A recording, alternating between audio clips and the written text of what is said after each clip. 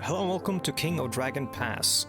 This game bears some explaining because it is probably a game that most people are unfamiliar with. It is a game from 1999. I'm sorry, again, if you are familiar with this, then this beginning explanation is not for you, but it's a game from 1999. I used to play this a lot back in the day. I don't actually remember how long ago, but I think it's more than 10 years ago.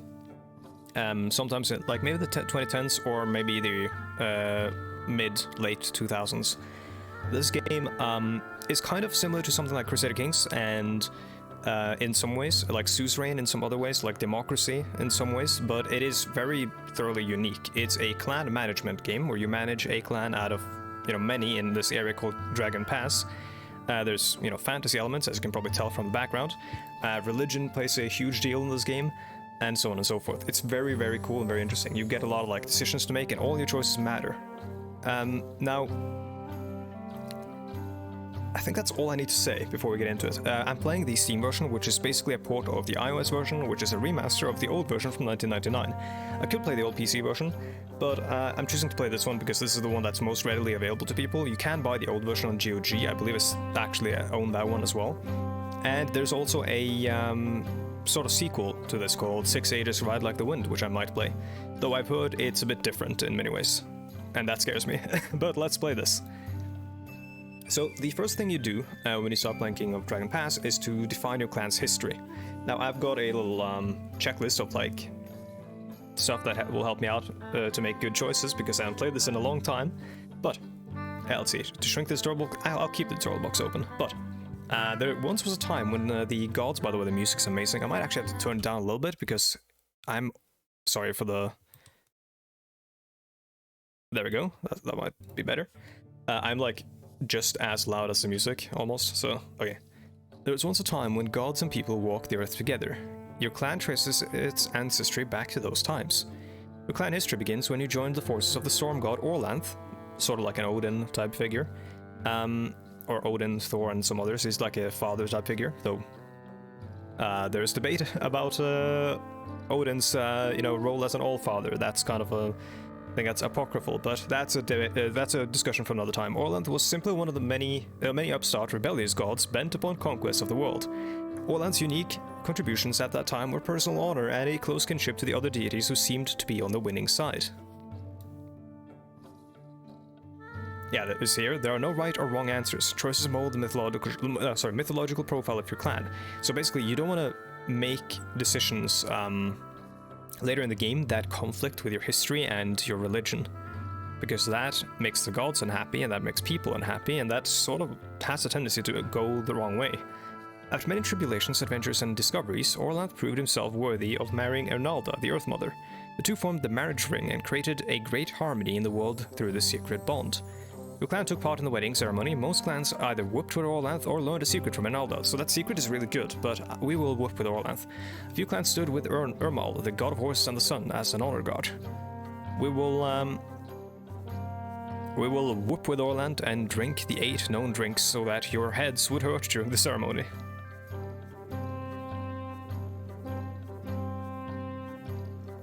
Each early event starts your clan with knowledge of a different divine blessing, yeah. Glorantha's struggle to remake the world was just beginning, and many other gods joined him in it. Glorantha fought Yelm, the Bright Emperor, and undertook many wars of conquest. Other, more peaceful deeds were just as important. Your earliest famous event was... So... we will go with the healing of Glorantha, when the merciful goddess Chalana Roy joined Glorantha's tribe.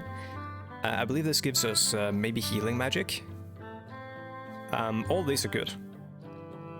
Like harnessing, a lot of harnessing oxen to plow, I think, is better for our cows, which are basically like your main resource you needed to survive. But yeah, let's go with the healing of Glorantha. Glorantha succeeded in making... Oh yeah, this is where there's possible slavery. Yeah, Glorantha succeeded in remaking the world. Thus began the golden era called the Storm Age. Glorantha's son, Vinkot, was a famous warlord during this time. Most people in the area were his followers. He introduced new principles such as the rule of hospitality, which said that after you invited people into your stead, you could not attack or harm them. Thus was much treachery banished from Glorantha's society. Many would not have survived agreed to, or many who would not have survived agreed to his new ways in order to gain his protection. He was a great organizer and helped many scattered people form into new clans and tribes. Your clan was one of those aided by King Vincot.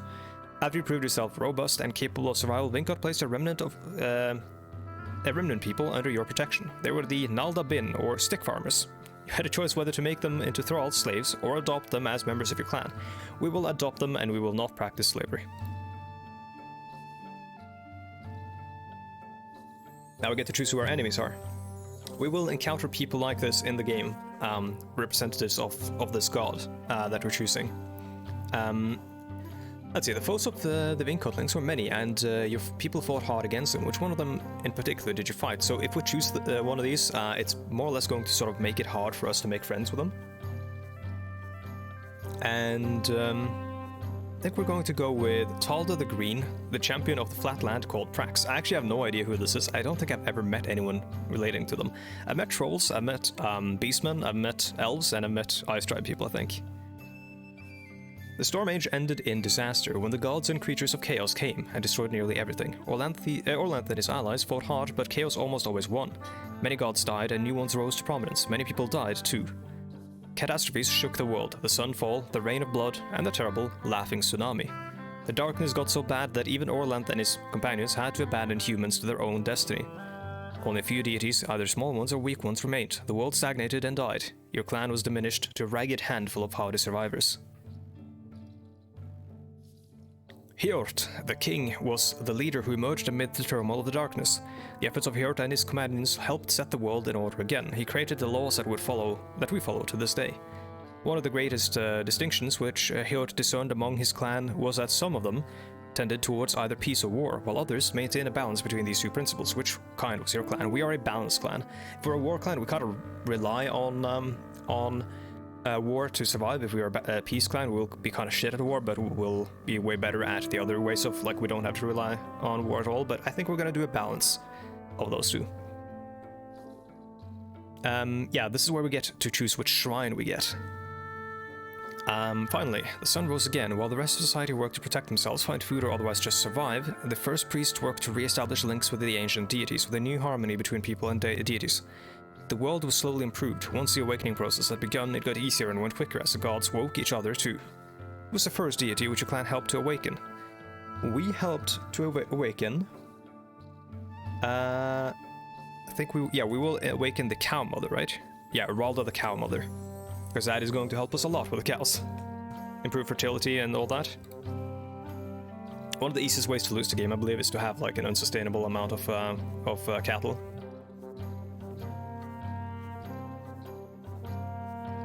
Things have been different since the dawn. 1300 years ago, Orlanth and the other gods retreated from the world, leaving it to mortals. You can still contact them through the ritual and sacrifice, or enter their realm by reenacting stories about their deeds. This is kind of like you going to the realm of the gods. It's very interesting and very cool, which contain great magic. They are interesting and cool, though they are kind of like, you just have to sort of know the story and do what you think would be correct, and that gives you a higher chance of succeeding. They no longer walk beside you. When you settled in a new place, you marked this great change in the world by naming your land not after a god, but after a mortal like yourselves. You called it Hjortland, Heartland, in honor of the king who taught you how to survive during the darkness. About 600 years ago, a dragon approached you in either its own form or that of a human with a dragon's soul inside it. Dragons have always been hostile, or at the very best, utterly uncaring. Orlanth was always the dragon slayer. You had to choose whether to believe it and cooperate and do what dragons know, or whether to maintain neutrality. We will be neutral with the dragons. Most of the people who said yes to the dragons moved to Dragon Pass, a land to the north of your home. You stayed in Hjortland, and it is a good thing too, for a little over 200 years ago, the dragons rose up and ate everyone who lived in Dragon Pass. They ate the Orlanthi along with all of the other foolish human dragon friends. For a long time, no humans went to Dragon Pass. They were sure that the dragons would eat them too. We made a good choice. Recent events made you think twice about the abandoned land of Dragon Pass. A generation ago, a usurper who called himself the Pharaoh came to Hjortland and started a civil war. The clan broke into disputes, sometimes violent, about whether to support the Pharaoh. In the end, your group of dissidents decided it would be better to risk the dangers of Dragon Pass and to stay and kill your own kin. greatest sin an Orlanthe can commit. Those unable to live under the Pharaoh would move northward to Dragon Pass. People of similar beliefs from other clans had already made the same decision and settled there. So you made a new clan, just as your ancestors had done in the days of King Hort. Your clan made the dangerous trek to Dragon Pass and selected a place to live.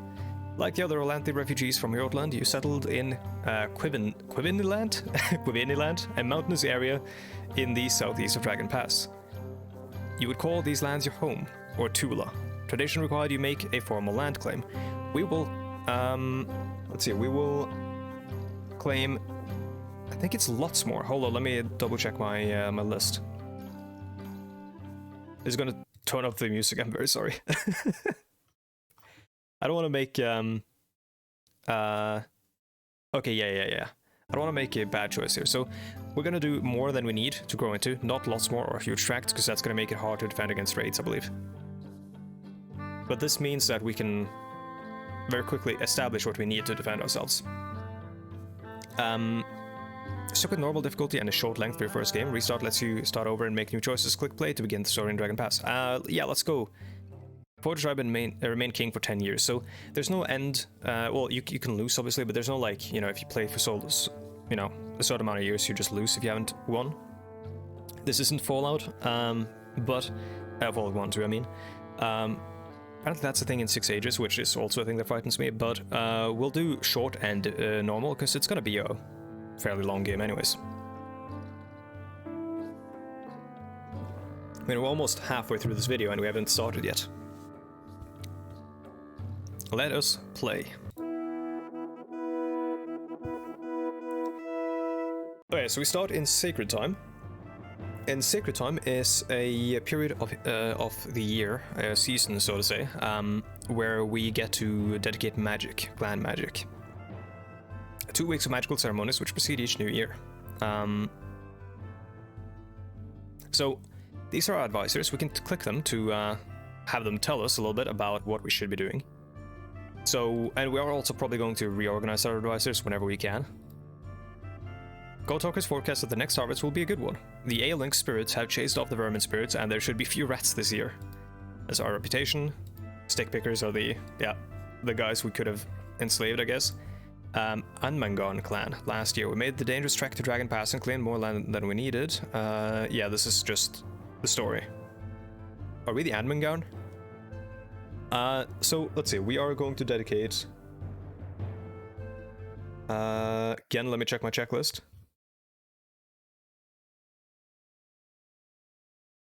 Serve this, but it's kind of important in the early game, I think. After that, we'll just, you know, fly by the seat of our pants.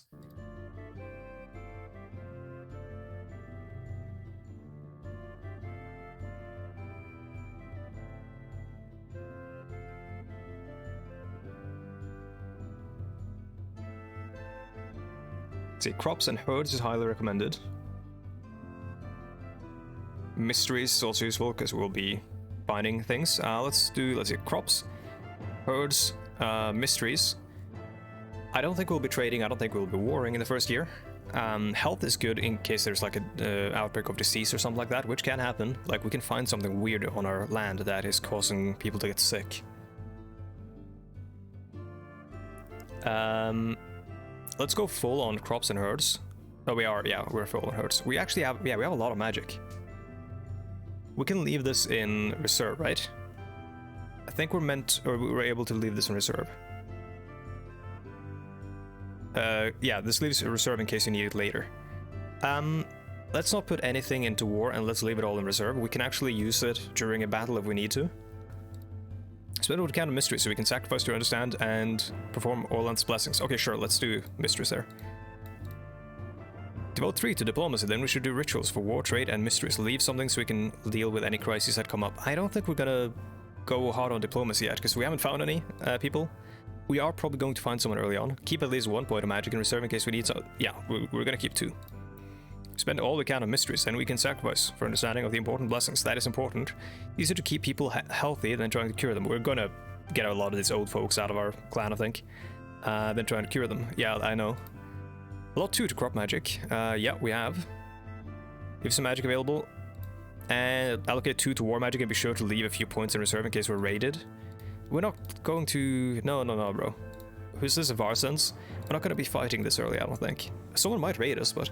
So, this is our population, 771. Weapon things are kind of like professional warriors, and our population will get drafted as like normal warriors as well. Food, 550. Magic, 7. We'll have 2 left. Goods, 140. And cows, 800. Goods are trade goods. You can trade cows, but you don't want to. It's bad. You want to eat them. Oh, this music is so good. I'm getting kind of nostalgic. I don't want to look at relations yet. I'm gonna figure this out myself. So it is the sea season, you can see here on top left. It is the year 1330. And I guess we are the Anmengarn. We have 4 sick farmers, which probably would have been stopped by health. Everyone's satisfied. What people think is important. It's unimportant so long as their leaders are wise. I think if he's this guy's got dictatorial tendencies. I think a feast is in order. Dude, we just arrived. The clan's virility is assured because we have enough men on the ring. Wow. Our people are very healthy. A farm of your own is best, even if small. Everyone's someone's home. Someone at home. Everyone's someone at home. Okay, I mean, yeah. With the external threats we face, it would be prudent to reorganize as a war clan? No. So blessings are kind of like spells that you can cast. And... let's see, farming. Do I need to reorganize anything? I can... yeah, I meant to ask them. The pigs need 23 hides of wildland. We have 130. So that's enough. And the other livestock need to graze on 27 hides of land. So we have more pastures than we need. Which means we can have more croplands. Barley makes the best spear. Oh, this guy just wants to party, dude. Wait, what god is he from? Worships Urmal? Is that like the party god? Oh, we have blessings here, actually. Milk blessing and stuff. Try to stockpile more food. Yes, we should. Lankor me? I don't know who that is. I know, let's see. Chalana Roy, this is the god of, like, knowledge and wisdom. This lady is actually great for stats, but she might die because she's 60 years old. Takes 238 farmers to tend to all 105 hides of cropland. We each could handle another 33 hides, so... wait. Oh god. My maths. Never math on camera. I'm sorry for this. I'm terribly sorry, but I need... because I may actually have, like, dyscalculia or something like that, because my brain bad. Thank you, 138. I should have been able to do that, because it's just 3 on top of the 5, and then 30. At least it leaves something for people to laugh about. Wait, how much did we need for pastures? Didn't we need more?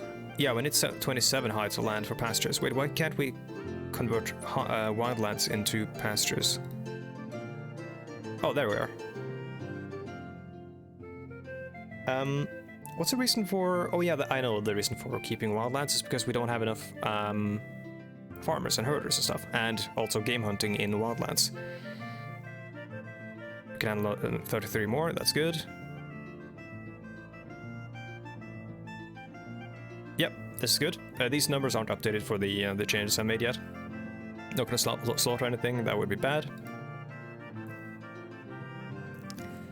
No, I won't build a shrine to Lankor me. I think I'm going to build a shrine to... I believe there's 2 actions per... actually, let's go with relations. So this is the map. And we are there. Quivid Mountain, cool. And these are apparently all the clans, I'm guessing. That we know of. Blue Jays, Toronto Blue Jays. Oh, that's Prax. That's the Flatlands, the place that we don't go because we're enemies with them. Trade, same interface. We have a trade agreement with the Isolting clan, and I guess we are at good relations with the Hendot clan. Yeah, good relations are important. What's N? Oh. They owe us a favor. Yeah, we want to keep those favors because we might be able to call on them if we are in a crisis. Oh my god, everyone, we're allied with them. Wait, who? Handout. Okay, we actually have an ally. That's good. A lot of people owe us favors. Do we owe it? I don't think we owe any favors. Thank god. War. We're not going to go to war. This is also a bad season to go to war, I think, because you want to go to war during the fire and the storm season. Sea season, I believe, is when you're sowing seeds, and if you go to war during this season, then we have issues, so to say. Something about the map makes me like, I don't necessarily remember it. Maybe I will once we start exploring more. But yeah, if you go to war during this season, the farmers will be fighting instead of sowing seeds, and that's bad. Oh, that's 9 kilometers. That's the scale of the map.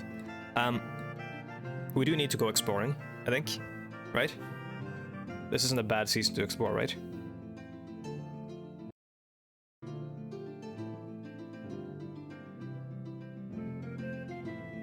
Yeah, exploring and trade missions in sea season. We'll get the hang of this as we keep playing. So we should send out an exploration party. We should also build something, and we should try to trade.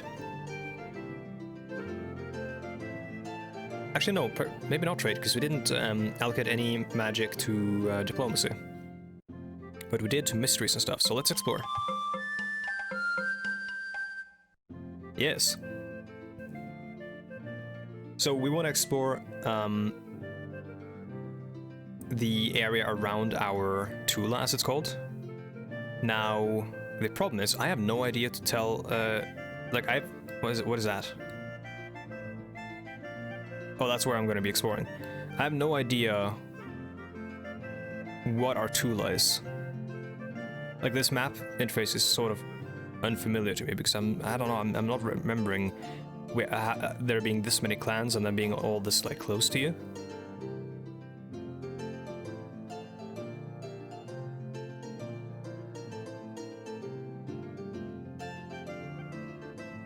Let's see, press M.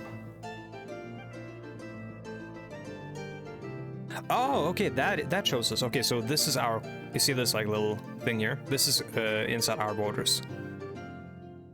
So we want to keep exploring inside of our Tula to see if we can't find anything. Our Tula is tiny, dude. That keeps moving. I think it's because of the iOS interface. It's kind of weird. Who's going to be leading our exploration party? Magic, excellent. Bargaining. I mean, he seems good. Sure. I don't think he's on the council as well, which is good. Speed, it doesn't matter that much to me. I'll, we can let them go slow, because they're not traveling far, and we want to have them explore diligently and stuff. You can set, like, a couple extra footmen and weapon things.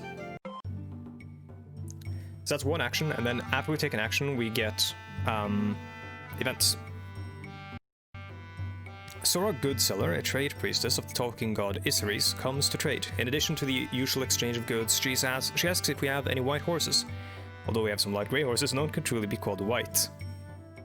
So, Sora Goodseller, we could save our next white horse for her. Though I want to take a note of that if we do that. She really wants to own a white horse. Horse is usually worth 4 cows, but white horses are fairly rare. A horse is usually worth 4 cows. Nothing says we have to honor unreasonable requests. We could paint a horse white. This guy's an asshole. I think he's got... Like, that must be the trickster god. We have failed in our obligation to a guest. Bro, we don't have any white horses. We should at least show generosity, so she will spend our good name... Or spread our good name among the other clans. We could throw a feast.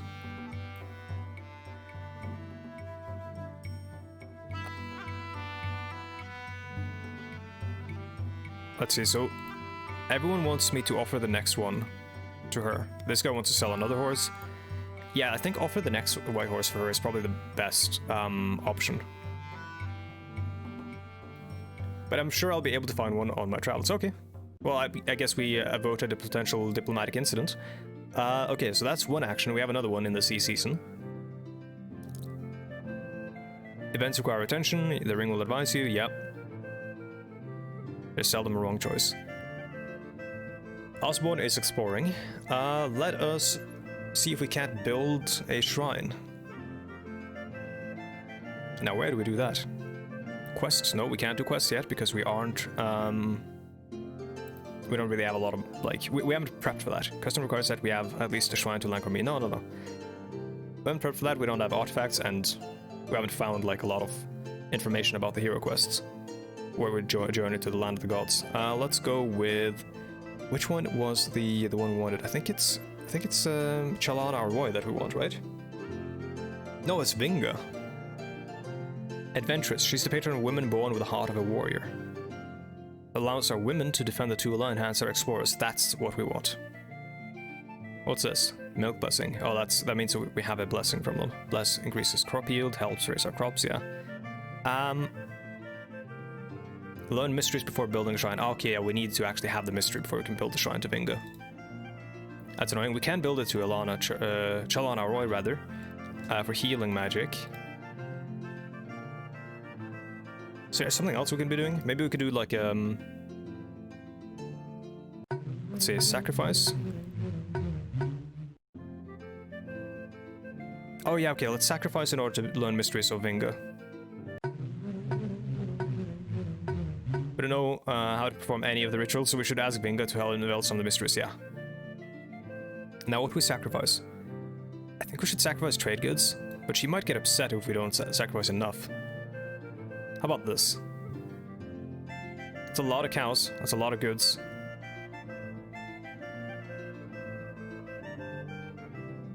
I might be doing a really bad thing here.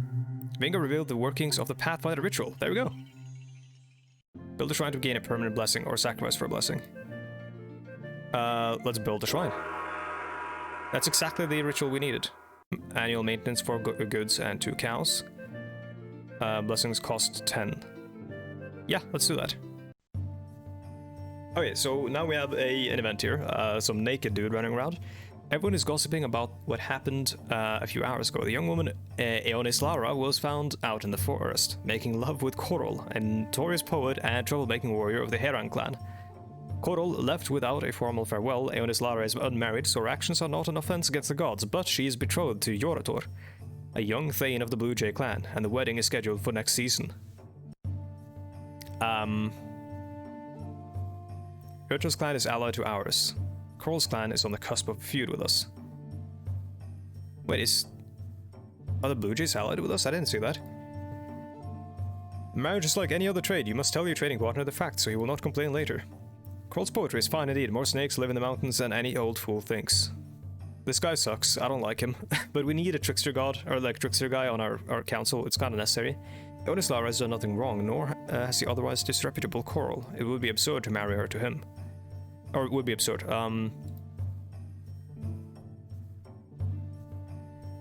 Yeah, we don't want to... I'm not going to end it. I'm going to tell them, I think. I'm going to tell Yorator, but urge him to continue with the wedding. Why can't I do that? Wait, can I only do one of them? Why are they all grayed out? Oh no.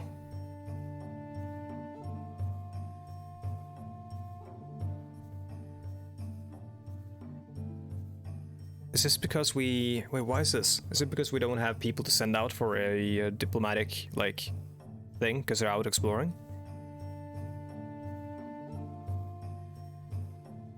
Guess we insist that Korol marries her. You make mistake my intentions, Korol said. I meant not to eat the whole cake, but merely to sample the dough. When people heard this, they were outraged. Raid the Heron clan in retaliation for the insult, even though it is sea season. Let the matter rest. We're gonna let the matter rest. People get upset, but I'm not gonna raid when we're sowing seeds. That's really bad. It's incredibly bad. No, come on. Let's see. Even if no weapon thanes were killed or injured, it can't hurt to strengthen our fighting forces. Switch to the war screen to hire more warriors. We could, I suppose. But that's gonna remove peasants, isn't it? We'll probably send a few more weapon thanes. Probably send a few more. You need 373 workers in our fields and pastures. I have no expertise in this field. We don't have enough weapon thanes to defend the clan. We need 373 workers in the fields, but how many are we, like, actually taking? Oh, from promising Carls from this clan, yeah.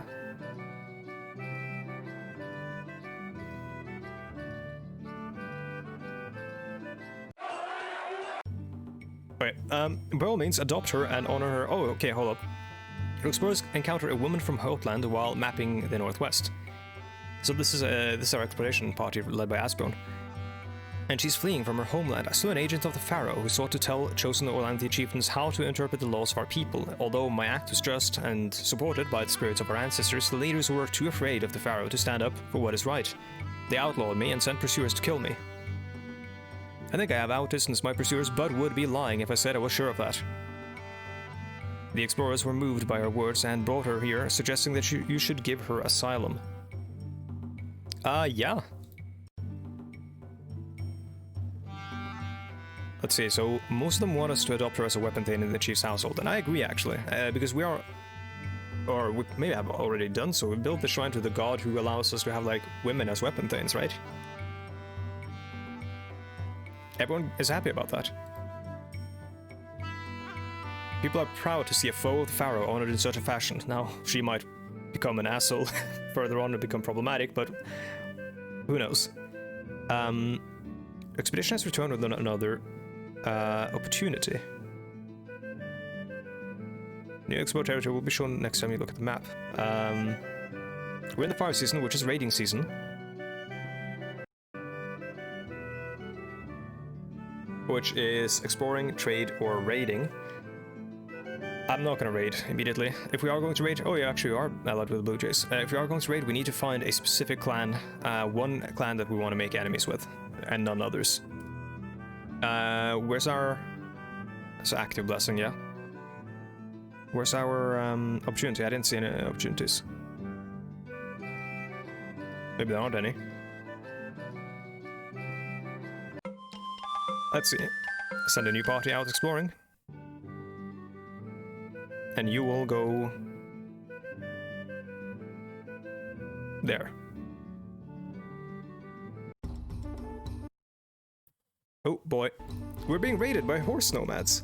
There are 153 of them, all mounted. They slip past our patrols. These guys are the guys you play as in 6 Ages, Ride Like the Wind. And we can raise only 7 weapon thanes and 68 of our feared in the time. Oh no. Well, we're gonna have to try to drive them off. We should sacrifice to Orlanth, right? And use magic. Survival is good, but tactics, let's see. Maneuver, skirmish, I don't know. Just put a magic and sacrifice a cow to Humuk in his favor. Alright.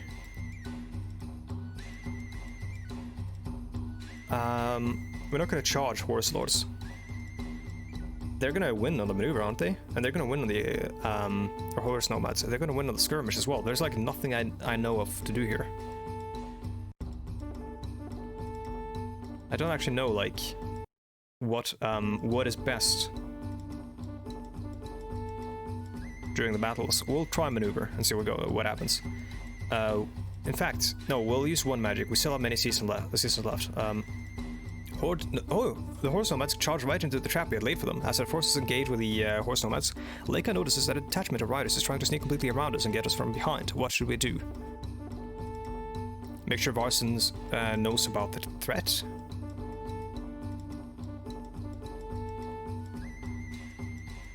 Fortunately, Varsons didn't react in time. The riders broke into the stead and took 8 women, children, and old folk captive. Oh god. We had 3 weapon thanes killed. One of theirs got wounded. 2 fighters killed on theirs, 4 on ours. 7 fighters wounded on theirs and 17 on ours. That was bad. That was a bad battle.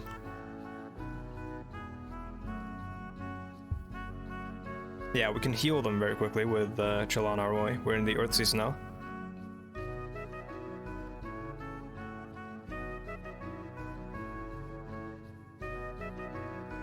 Let's sacrifice for that blessing.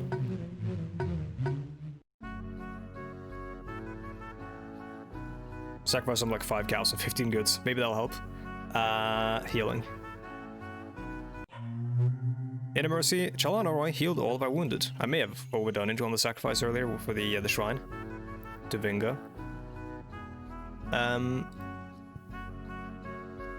have enough grazing land for all our herds. 26 hides of pastures to feed them all alone. Let's clear some wildland so there's room for growth. Well, we have 26 pastures. Guess I'll increase it. Oh, room to grow, is that? Okay, 30 then, maybe? 32. We should build a watchtower so that stuff doesn't happen again.